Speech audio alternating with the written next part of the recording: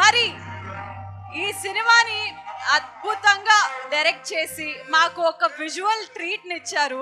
గారిని కూడా స్టేజ్ మీదకి రావాల్సిందిగా కోరుకుంటున్నాము.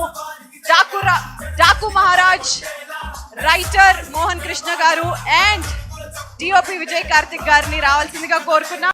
నమస్తే అనంతపూర్. నా మాటలు వినపడుతున్నాయా? మీరు కాస్త పర్మిషన్ ఇస్తే 2 నిమిషాలు నా మనసులో మాట చెప్పుకుంటా. రాయలసీమ మాలూం తెరుకో, ఓ మేరా అడ్డా హై. ఇది మా హీరో గారి డైలాగు. ప్యాలెస్కి వెళ్ళినప్పుడు విలన్ దగ్గర మాట్లాడతారు. అలాంటి రాయలసీమ ప్రాంతంలో మా విజయోత్సవ సభ చేసుకోవడం చాలా హ్యాపీగా ఉంది. ముందుగా నేను మా బాబీకి నా కృతజ్ఞతలు చెప్పుకుంటున్నాను. ఇంత గొప్ప సినిమాలో నాకు కూడా చిన్న భాగం ఇచ్చినందుకు. బాబీ సినిమాలు చాలా సినిమాల్లో నేను అన్ని సినిమాల్లో నేను పనిచేసుకుంటూ వచ్చాను.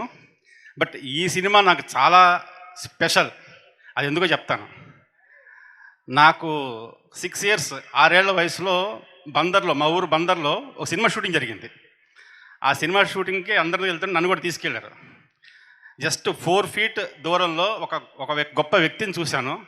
వ్యక్తి అంటాం కాదు, ఒక దివ్యమంగళ రూపం అది. ఆ సినిమా దేవుడు చేసిన మనుషులు.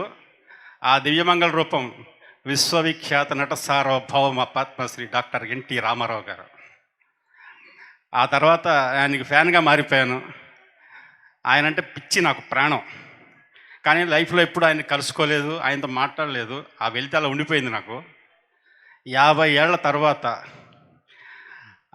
ఆయన రక్తం పంచుకొని, ఆయన అందం పంచుకొని, ఆయన ఆవేశం పంచుకొని, ఆయన నట వారసత్వాన్ని పంచుకొని, పవర్ఫుల్ పాత్రలతో ప్రేక్షకుల నరాల్లో ఉన్న రక్తాన్ని ఉరగలెత్తించే మా బాలయ్య బాబుతో పనిచేసే అదృష్టం నాకు దక్కింది.